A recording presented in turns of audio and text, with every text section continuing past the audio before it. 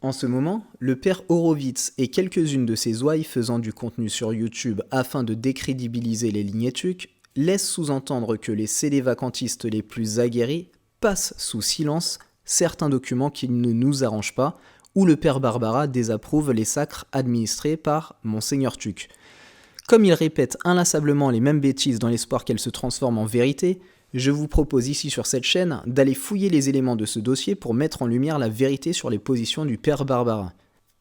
Tout d'abord, on sait, et je l'ai déjà évoqué dans une vidéo précédente où l'on traitait de l'état de santé mentale de Monseigneur Tuc, que le père Barbara a rencontré Monseigneur Tuc un peu avant les sacres de Monseigneur Guérard, au printemps 1981, et après le sacre de Monseigneur Guérard en janvier 1982. Si je comprends bien, il est parti pour lui rendre visite dans un premier temps pour le questionner par rapport au sacre de Palmar de Troya, et dans un second temps concernant les sacres du père Guérard des Lauriers. Il faut savoir aussi que le père Barbara est le rédacteur en chef d'une revue catholique traditionnelle nommée Fort dans la foi, dans laquelle il va publier en 1983 une lettre ouverte à la rédaction d'une autre revue catholique traditionnelle nommée Einsicht, dont le directeur est le docteur Heller en Allemagne. Pour rappel, le docteur Heller est l'un des deux témoins des sacres de Monseigneur Guérard, Carmona et Zamora, 3 sacres faits par Monseigneur Tuc. Et c'est dans cette lettre, écrite en 1983 pour rappel, que le père Barbara exprime sa désapprobation quant au sacre fait par Monseigneur Tuc. C'est clairement, excusez-moi l'expression, un clash entre lui et ce qu'on pourrait concevoir comme l'équipe autour de Monseigneur Tuc. Et le père Horowitz pense faire échec et mat en nous lisant le contenu de cette lettre. Mais allons-y, pas de problème, cher père Horowitz. Vous pensez sincèrement qu'on a peur de mettre en lumière les éléments du dossier liés à Monseigneur Tuc? Eh ben non. Je vais d'ailleurs vous la lire, cette lettre, et vous expliquer les tenants et les aboutissants, et contrairement à vous, je vais également préciser le contexte pour qu'on voit bien ressortir toutes les hommeries liées à ces polémiques. Un peu de contexte donc pour commencer. Après le sacre de Monseigneur Carmona et Zamora, Monseigneur Tuc va être persécuté à Toulon car selon le témoignage du docteur Eberhard Heller, le père Barbara va rendre public les sacres qu'il a fait dans son appartement à Toulon. Pour échapper aux persécutions, Monseigneur Tuc va aller se réfugier chez le docteur Heller en Allemagne, à Munich. Il restera là-bas un certain temps avant d'y partir au mois d'octobre 1983 pour finir ses jours du côté de Rochester aux États-Unis, dans l'État de New York, dans une communauté franciscaine traditionnelle sédévacantiste conduite par Monseigneur Louis Veslis. Donc déjà, vous comprenez qu'il y a un conflit entre d'un côté le père Barbara et de l'autre côté Monseigneur Tuc et ses alliés dont le docteur Heller, chef de la rédaction de la revue Einsicht. Et avant de poursuivre, sachez que je ne suis ni pour ni contre le docteur Heller. Tout ce qui m'intéresse, c'est de bien comprendre ce qui a été posé comme acte dans le temps par les différents intervenants. Le docteur Heller, dans sa qualité de témoin, je le trouve personnellement même plutôt imprécis. Il raconte par exemple dans une de ses entrevues que Monseigneur Guérard des Lauriers les a traités de schismatiques après son sacre. Par lésa, je sais pas à qui il fait référence, aux personnes derrière Einsicht, au docteur Heller et Heller seul, à ces mêmes personnes auxquelles on ajoute Monseigneur Tuc, on sait pas trop, et dans son témoignage, tout ce qu'on comprend, c'est qu'il y a eu des différends entre Monseigneur Guérard des Lauriers et lui-même, et on sent bien le ressenti qu'a pu avoir ce monsieur. Il semblerait que le point de départ des désaccords provienne de son incapacité à comprendre que la thèse de Cassiciacum ne dit pas qu'un pape matériel est une sorte de demi-pape. Maintenant que le contexte est posé, allons lire, allons voir ce que le père Horowitz prétend qu'on cache aux fidèles sédévacantistes. Je vais donc citer cette fameuse lettre du père Barbara datée de 1983. Monsieur le directeur, un ami vient de m'envoyer la traduction française de la page 207 de Einsicht 12 dans laquelle je suis mis en cause nommément de façon mensongère et qui porte atteinte à ma réputation ainsi qu'à l'action que je mène pour la défense de la foi. Pause. Déjà, après cette courte introduction, comme je vous l'ai dit, on sent que le père Barbara est en pétard par rapport à ce qu'on a pu écrire sur son compte dans cette revue. Et c'est pas parce que la revue traite des problèmes de la crise de l'Église, c'est pas parce qu'ils étaient parmi les précurseurs pour remuer les problèmes que beaucoup ont ignorés, que les rédacteurs de Einsicht étaient des personnes irréprochables. Je reprends la lecture.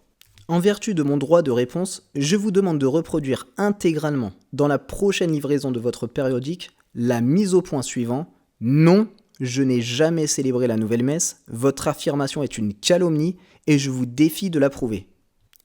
J'ai aucune raison de remettre en cause ce qu'écrit ici le père Barbara. Je lis pas l'allemand, et donc je ne peux pas vérifier ce fameux numéro 12 de Einsicht pour voir ce qu'il y a écrit dedans. Et je n'ai encore moins la traduction française de cet article disponible dont il évoque la page 207. Néanmoins, si Einsicht a écrit ça et que c'est bien une calomnie, c'est grave de publier ce genre de bêtises. Pour ma part, de ce que j'ai vu des entrevues du Dr Heller, je garde une certaine réserve par rapport à ces affirmations. Reprenons la lecture du clash entre le père Barbara et la revue Einsicht. Lecture. Non, Ngo Dinh-Thuc n'a jamais eu à me refuser la consécration épiscopale pour la simple raison que je ne la lui ai jamais demandée. Cela vous le savez fort bien puisque Thuc lui-même a dû le reconnaître devant 3 témoins. Pause. Encore une autre invention apparemment de la part de Einsicht, et ayez bien en tête qu'à ce moment, le Dr Heller, chef de Einsicht, héberge Monseigneur Thuc. Vous comprenez un petit peu la bombe prête à éclater, vous comprenez un petit peu les conflits d'intérêts, un petit peu comment on peut s'envoyer des piques à ce moment-là. Poursuivons la lecture. Quant à tous les autres articles que vous avez publiés contre moi et auxquels vous renvoyez vos lecteurs dans l'article précité et que vous venez de rééditer dans la livraison en 2 mai dernier, ils contiennent une accumulation de calomnies et de contre-vérités dans le but évident de dissimuler à vos lecteurs les vrais griefs qui obligent les catholiques fidèles à condamner l'activité de cet archevêque vietnamien. Désormais, ils sauront que ces sacres doivent être condamnés parce qu'ils sont tous absolument illicites et parce que certains sont en plus sacrilèges. Pause. Et voilà pourquoi le père Horowitz jubile d'utiliser un prêtre sédévacantisme pour démonter le sédévacantisme.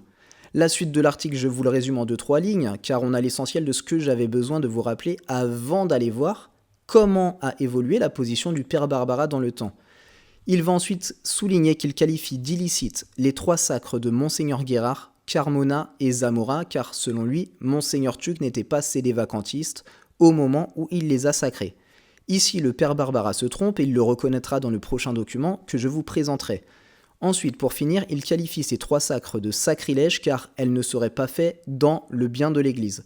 Il juge que Monseigneur Thuc fait soit preuve de folie, soit d'imprudence dans sa facilité à imposer les mains pour transmettre l'épiscopat à n'importe qui. Il conclut à la fin que si Monseigneur Thuc est en possession de ses moyens, ses ordinations sont sacrilèges et que dans le cas contraire, elles sont invalides. Il ne penche ni d'un côté ni de l'autre, il émet des possibilités. Et c'est bien cette nuance que le père Horowitz gomme en disant sans crainte à sa caméra que le père Barbara dit que les sacres de Monseigneur Thuc sont invalides. J'espère que vous comprenez pourquoi Adrien Abosi, lors de son débat avec le père Horowitz, souligne qu'il ne comprend pas ce qu'il lit. Et je vous fais la même reproche, cher père Horowitz, et pareil pour ces ouailles qui osent poster les mêmes bêtises. Vous faites dire aux auteurs que vous citez ce qu'ils ne disent pas. Vous démontrez par votre audace que vous êtes imprécis et de surcroît médiocre, parce que vous ne vous renseignez soit qu'à moitié, soit vous ne comprenez pas ce que vous lisez. Le père Barbara, dans la conclusion de son article, il utilise le mot « si », il utilise le conditionnel. Et vous omettez l'existence de ce conditionnel pour faire dire au père Barbara ce qu'il ne dit pas. Allons donc maintenant voir l'article de rétractation du père Barbara, survenu, lui par contre, 10 années plus tard, dont nous pouvons lire la traduction en anglais sur le site de la CMRI. Je mets le lien en description. J'ai aucune idée d'où est sorti cet article. Il a très certainement été publié en 1992 dans la revue Fort dans la foi, tenue par ce même père Barbara, donc en français, mais je n'arrive pas à mettre la main sur cet article en format numérisé. Ceci étant dit, il n'y a aucune raison de douter de la traduction disponible sur le site de la CMRI. Donc ce que je vais vous lire est la traduction française faite par moi-même d'un article écrit en anglais, lui-même traduit à partir d'un article original en français. Je commence la traduction, faites pause et regardez l'article en anglais ou faites-le traduire et vous verrez que j'essaye tant bien que mal, avec mes imperfections, à conserver en intact toutes les affirmations du père Barbara. Commençons. Un ancien proverbe affirme que les seuls hommes qui ne commettent jamais d'erreur sont ceux qui ne font jamais rien. Engagé, comme je l'ai été, dans la résistance catholique depuis ses débuts, et ce, avant qu'aucun d'entre nous ne fût véritablement préparé à une telle tâche, il était inévitable que des erreurs surviennent, et elles se sont effectivement produites. Comme l'enseigne l'Écriture, ceux que les lecteurs qui n'ont jamais péché me jettent la première pierre. Errare humanum est, dit un autre proverbe, mais il convient de rappeler ce qui suit immédiatement. Perseverare tantum diabolicum est. L'erreur est humaine, persévérer est diabolique. Grâce à la grâce divine, je ne me suis jamais obstiné dans l'erreur. Chaque fois que j'ai reconnu m'être trompé, je me suis empressé de me rétracter, malgré l'humiliation qu'implique toute réparation. C'est ainsi que j'en suis venu à la question des consécrations effectuées par Monseigneur Tuc. Par conséquent, je souhaite examiner 3 aspects de ces consécrations, le consécrateur, le rite employé et les personnes consacrées. Pause. Quand on commence un article en écrivant ce que le père Barbara écrit ici, on est censé comprendre quoi, cher père Horowitz? Comment vous interprétez les quelques lignes que je viens de vous lire? Il dit bien pourtant dans ces quelques lignes qu'il reconnaît avoir fait des erreurs, qu'il reconnaît ne pas avoir été préparé à l'ampleur de la crise auquel il faisait face, d'avoir agi et d'avoir commis simplement des erreurs, et il demande l'indulgence aux gens de ne pas le juger sévèrement, ou en tout cas de lui jeter la première pierre en prenant l'exemple, bien entendu, tiré de l'Évangile. Et maintenant que toutes ces choses-là, que la lumière a été faite et que les zones sont un peu moins grises, que maintenant ils comprennent un peu mieux la situation, eh ben il se rétracte et il a envie de blanchir la réputation de Monseigneur Tuc qu'il a contribué à noircir par le passé. Il reconnaît bien avoir eu un pauvre jugement, le père Barbara, ici. Et ça, vous minimisez ses propos pour au contraire en faire des montagnes de l'article où le père Barbara était contre les sacres. Effectivement, il a été contre, mais plus tard, il dit avec ses mots qui lui sont propres qu'il a commis des erreurs, que l'erreur est humaine, que persévérer est diabolique, et Dieu merci qu'il se soit rétracté et qu'il est revenu sur ses positions sur les sacres de Monseigneur Tuc. Un peu plus loin, dans cet article, il va écrire « Je me suis donné la peine de retracer la vie de Monseigneur Tuc afin de permettre à mes lecteurs de mieux le connaître. Il en ressort qu'il nous apparaît comme un évêque véritablement catholique, dévoué au Saint-Siège ainsi qu'au salut des âmes, digne successeur des apôtres dans les terres de mission, ayant pleinement mérité le titre de cette fonction que cette fonction lui confère, tant de la part de l'Église romaine que de sa propre nation. » Pause. Ça serait bien de le rappeler ça aussi, cher père Horowitz, en rentrant complètement dans les éléments du dossier et non pas en survolant le tout et en citant ce qui nous arrange et en omettant tout ce qui serait contraire à ce que l'on pense. Le père Barbara, il dit de Monseigneur Tuc un digne successeur des apôtres. C'est les mots du père Barbara. Et ces mots, il ne les a jamais rétractés. Poursuivons, un peu plus loin dans l'article. Afin de ne pas nous méprendre sur cette question importante, il convient de rappeler l'enseignement de l'Église sur la manière dont la grâce sacramentelle est produite. Pause. Ici, le père Barbara va rappeler quelques principes que j'aborde dans la vidéo du donatisme mental du père Horowitz. Lecture. Celui qui confère la grâce n'est qu'un ministre, c'est-à-dire un instrument doté de liberté. L'état de son âme ne regarde que lui-même. Il sera récompensé s'il est en état de grâce ou châtié s'il ne l'est pas.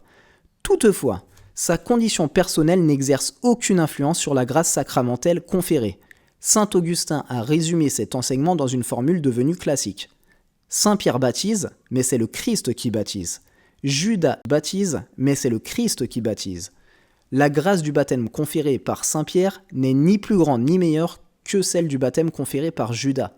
Si nous remplaçons le mot baptême par celui de consécration épiscopale, nous pouvons constater que, même dans l'hypothèse la plus défavorable évoquée précédemment au sujet de Monseigneur Tuc, les évêques consacrés par lui n'en sont pas moins véritablement évêques que si le rite avait été accompli par le pape Saint Pie X. Pause. Ici, le père Barbara dit avec ses mots ce que j'ai essayé de dire avec les miens dans la vidéo où je vous reproche de faire en quelque sorte du donatisme mental. Poursuivons. Un peu plus loin. Monseigneur Tuc ne se contentait d'ailleurs pas d'affirmer en privé cette vacance du Saint-Siège. Dans toutes les mesures de ses possibilités, il s'efforça de rendre publique sa position. Et Dieu, qui gouverne toutes choses, a voulu que ce fait soit, pour ainsi dire, consigné juridiquement. En effet, dans la lecture officielle émanant de Rome, datée du 1er février 1983 et adressée à son Excellence Monseigneur Tuc, archevêque titulaire de Bulla Regia, Benoît XVI, alors préfet de la Congrégation pour la doctrine de la foi, mentionne explicitement ce qui suit. Une déclaration publique publiée à Munich le 25 février 1982, sous votre propre signature, affirme que, selon vous, le siège de l'Église catholique romaine est actuellement vacant, et qu'il vous est nécessaire, en tant qu'évêque, de faire tout ce qui est en votre possession afin que l'Église catholique romaine puisse continuer à guider les âmes vers le salut éternel. Tiré de la revue Einsicht, mars 1982, page 8. Cette lettre constitue ainsi, aux yeux de l'auteur, une confirmation documentaire du caractère public de la position de Monseigneur Tuc. Puis il ajoute, je le cite, « Cette déclaration revêt d'une importance capitale dans le cadre de notre discussion. Elle manifeste la condition première qui permettait à Monseigneur Tuc de présumer l'existence d'un mandat apostolique, condition sans laquelle il ne pourrait invoquer le principe de l'épiquie. Les consécrations accomplies dans de telles circonstances seraient ainsi non seulement parfaitement valides, mais également parfaitement licites. » Pause. On est bien loin, cher Père Horowitz, de la caricature de la position du Père Barbara que vous avez voulu nous présenter. Valide et licite, tels sont ses mots et tels sont les mots qu'il a gardés jusqu'à que son heure soit venue. Je continue dans la lecture des extraits de cet article du Père Barbara. Le rite employé fut celui en rigueur avant les réformes du pape Paul VI. Conformément aux rubriques prescrites, les consécrations furent conférées au cours d'une messe célébrée selon la forme traditionnelle codifiée par le pape Saint Pie V. Les témoignages sont très explicites sur ce point, mais, indépendamment même de ces témoignages, il suffit de connaître les personnes concernées pour comprendre qu'aucune d'entre elles n'aurait accepté que la consécration fût réalisée selon un rite autre que le rite catholique traditionnel. Pause. Ici, cher Père Horowitz, ce que dit le Père Barbara, c'est que Monseigneur Guérard des Lauriers n'aurait jamais accepté un pseudo-sacre. Je sais que vous êtes habitués chez les modernistes à fréquenter des inconstants, des personnes qui changent d'opinion et de principe à tout va. Et à force de fréquenter des inconstants, vous pensez que c'est la norme. Chez nous, personne ne pense une seule seconde qu'un brillant théologien tel qu'a pu l'être Monseigneur Guérard des Lauriers se serait contenté d'un faux sacre, mal administré et de surcroît administré par un fou. On vous laisse avec vos calomnies honteuses, les personnes assoiffées de vérité sauront distinguer l'absurdité de vos propos. Et on continue un peu plus loin. Je voudrais conclure cette brève étude sur l'orthodoxie de certaines consécrations conférées par Monseigneur Tuc en formulant une dernière remarque. Un peu plus loin, les consécrations réalisées par Monseigneur Tuc furent accomplies par quelqu'un qui avait reconnu et publiquement déclaré que le Saint-Siège était dépourvu d'un pape formalitaire. Deux conséquences favorables découlaient selon l'auteur de cette reconnaissance de l'absence d'autorité. Elle permettait tant aux consécrateurs qu'aux consacrés d'invoquer le principe de l'épiquie en présumant l'existence d'un mandat apostolique. Elle rendait, par conséquent, ces consécrations non seulement valides, mais également licites. Un peu plus loin, les évêques qui tiennent leur consécration de Monseigneur Ngo Dinh Tuc, au contraire, auraient agi d'une manière ouvertement catholique. Considérant Jean-Paul II comme un antéchrist et comme le principal destructeur de la foi catholique, ils refusent de tenir compte de ces décisions, ils estiment qu'il ne peut être le vicaire du Christ, qu'il ne possède absolument aucune autorité, et ils l'affirment publiquement afin d'éviter tout scandale.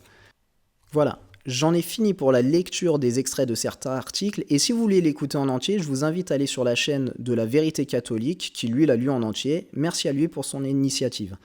Quant à moi, je pense que j'en ai fini pour cette vidéo qui devrait définitivement faire taire ceux qui veulent se servir des erreurs qu'a pu commettre le Père Barbara pour les retourner contre nous.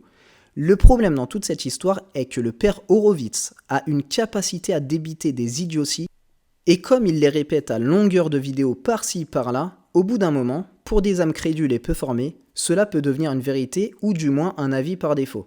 J'espère que ces quelques vidéos permettront à ceux qui cherchent réellement la vérité d'y voir un peu plus clair, car oui, faire le tri dans ce dossier demande beaucoup de travail, ce sont des polémiques qui ont eu lieu dans les années 80-90, les sources sont des vieilles revues où l'on peine à récupérer les informations quand on les cherche, et c'est facile du coup de faire dire n'importe quoi à n'importe qui. Je voulais donc rappeler ces éléments essentiels pour éviter qu'on fasse dire au Père Barbara n'importe quoi. Tout n'est pas rose dans la vie de Monseigneur Tuc, ni même dans ses décisions, dans ses actions, et tout n'est pas rose dans la vie du Père Barbara. Le Père Barbara, quand il écrit son article en 1983 à charge contre Monseigneur Tuc, à ce moment-là, il laisse supposer dans cet article que Monseigneur Tuc aurait pu être fou, alors qu'il a eu 2 entretiens avec lui. Il le savait très certainement pertinemment qu'il n'était pas fou. Mais le Père Barbara, ça reste un homme. Et quand il s'est vu attaquer, il a répondu à sa manière. Et à titre perso, avec le recul, je me dis, ça n'a pas dû être la manière la plus appropriée. Mais mettez-vous à la place du Père Barbara quand il a lu l'article dans lequel il est calomnié, dans lequel on dit que il a dit la nouvelle messe alors qu'il la combat cette nouvelle messe. Mettez-vous à sa place quand il voit écrit comme quoi il a demandé à Monseigneur Tuc de le sacrer évêque alors que c'est faux. À ce moment-là, posez-vous la question pourquoi la revue Einsicht a attaqué personnellement la réputation du Père Barbara. Est-ce que ça serait pas parce que le père Barbara, il a rendu visible les sacres qu'a fait Monseigneur Tuck dans son appartement, ce qui a même, par ailleurs, provoqué son départ pour rejoindre le docteur Heller à Munich.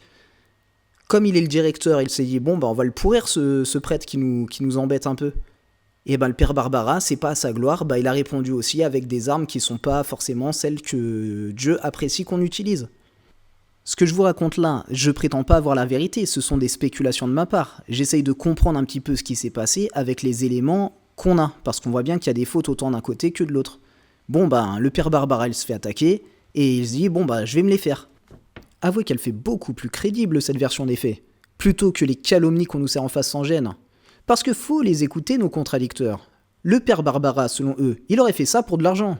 Vous savez, le père Horowitz, il dit dans quelques-unes de ses vidéos que le sélévacantisme, c'est une machine bien huilée. Ah, attention, on est plein aux as, on a des équipes d'avocats. Pourtant, il faudrait choisir à la fin. Parce qu'on continue de nous reprocher de dire nos messes dans des garages. Prenez position à la fin, on roule sur l'or ou on est pauvre. Si on est plein aux as au point de corrompre des clercs, comme le laisse sous-entendre l'une de vos ouailles, est-ce que tout le budget serait parti dans la corruption ? On n'aurait rien gardé pour avoir des lieux dignes pour dire la messe ? Vous êtes ridicule, vous avez honte de rien, pas même de vos propres incohérences. Ensuite, avec le temps, les vieilles rancunes disparaissent, et puis il finit par se rétracter parce qu'il préfère toujours s'humilier plutôt que de partir avec une faute grave sur la conscience. Si jamais elle était grave, bien entendu, encore une fois. Tout ceci, retenez bien, ce sont des spéculations de ma part là. Je n'ai pas vraiment le tenant et les aboutissants à 100%, je n'étais pas dans la tête ni du père Barbara, ni du docteur Heller. C'est très compliqué de pouvoir démêler tout ce qui s'est passé à 100% parce que ce sont des choses qui se sont passées déjà il y a 40 ans en arrière et on n'a pas forcément tout le contexte à 100%. Mais bon, maintenant qu'on a dit ça, tâchons de ne pas faire comme le père Horowitz et de ne pas jeter des pierres comme il nous l'a répété dans son article, le père Barbara. On en a tous fait des erreurs. Et faut se mettre à la place des prêtres qui ont combattu en avant-garde, qui ont été les précurseurs du combat. Ils étaient face à une situation qui était inédite dans l'histoire de l'Église. Et forcément, des erreurs ont pu être commises telles que le répète le père Barbara, mais comprenez bien que, entre guillemets, résister à celui qu'on pensait être le pape est quelque chose qui, normalement, répugne à la raison pour un catholique. C'était un petit peu nouveau pour eux, et ils ont fait ce qu'ils ont pu. Donc, encore une fois, ne jetons pas des pierres aux prêtres qui ont été les précurseurs dans ce combat et qui ont fait comme ils ont pu à l'instant T, le temps que la situation devienne beaucoup plus claire. Parce que c'est facile maintenant qu'on a eu Bergoglio, maintenant qu'on a eu un tas d'années pour comprendre les tenants et les aboutissants, eux, ils étaient là au moment où il fallait réagir en direct. Et ils ont fait ce qu'ils ont pu. Ce que je trouve dégueulasse en revanche, c'est de se servir de leurs écrits et de leurs erreurs qu'ils ont commis pendant cette période où tout était flou, où toutes les idées n'étaient pas claires, pour leur faire dire l'inverse de ce qu'ils ont dit à la fin de leur vie. C'est un petit peu, là, ce que le père Horowitz fait avec le père Barbara, c'est un petit peu comme si, du temps, par exemple, du manichéisme, du temps de saint Augustin, il y avait un manichéen qui allait attaquer les catholiques en leur mettant dans le nez des écrits que saint Augustin avait écrits pour faire l'apologie du manichéisme avant qu'il se convertisse et qu'il rétracte tous ses écrits et qu'ensuite il devienne un docteur de l'Église catholique. Vous voyez un petit peu le problème ? De présenter les opinions de saint Augustin comme si c'était un manichéen, tout en sachant bien entendu et tout en sachant pertinemment qu'il s'est converti, qu'il a rejeté ses anciennes opinions. Voilà ce que fait le père Horowitz avec le père Barbara.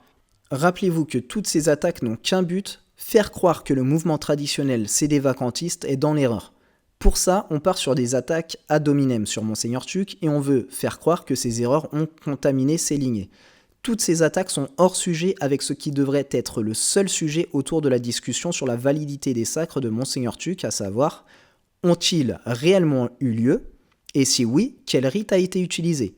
Ces sacres ont bien sûr eu lieu, car ça, même les autorités conciliaires l'ont confirmé, et le rite utilisé est celui de l'Église latine, celui que l'Église latine a toujours utilisé, le rite codifié au Concile de Trente par saint Pie V. Dès lors, il n'y a aucune raison de douter des sacres réalisés, ce qu'a compris et affirmé le père Barbara de son vivant, contrairement à ce qu'essaye de vous faire croire le père Horowitz. Voilà, c'est tout pour cette vidéo, je vous laisse ici et je vous prie d'avoir une pensée pour le repos de l'âme de Monseigneur Tuck et du père Barbara. Si vous avez écouté jusqu'au bout cette vidéo, je vous invite à faire un Ave Maria pour le repos de leur âme. C'était Daniel pour Clotilde.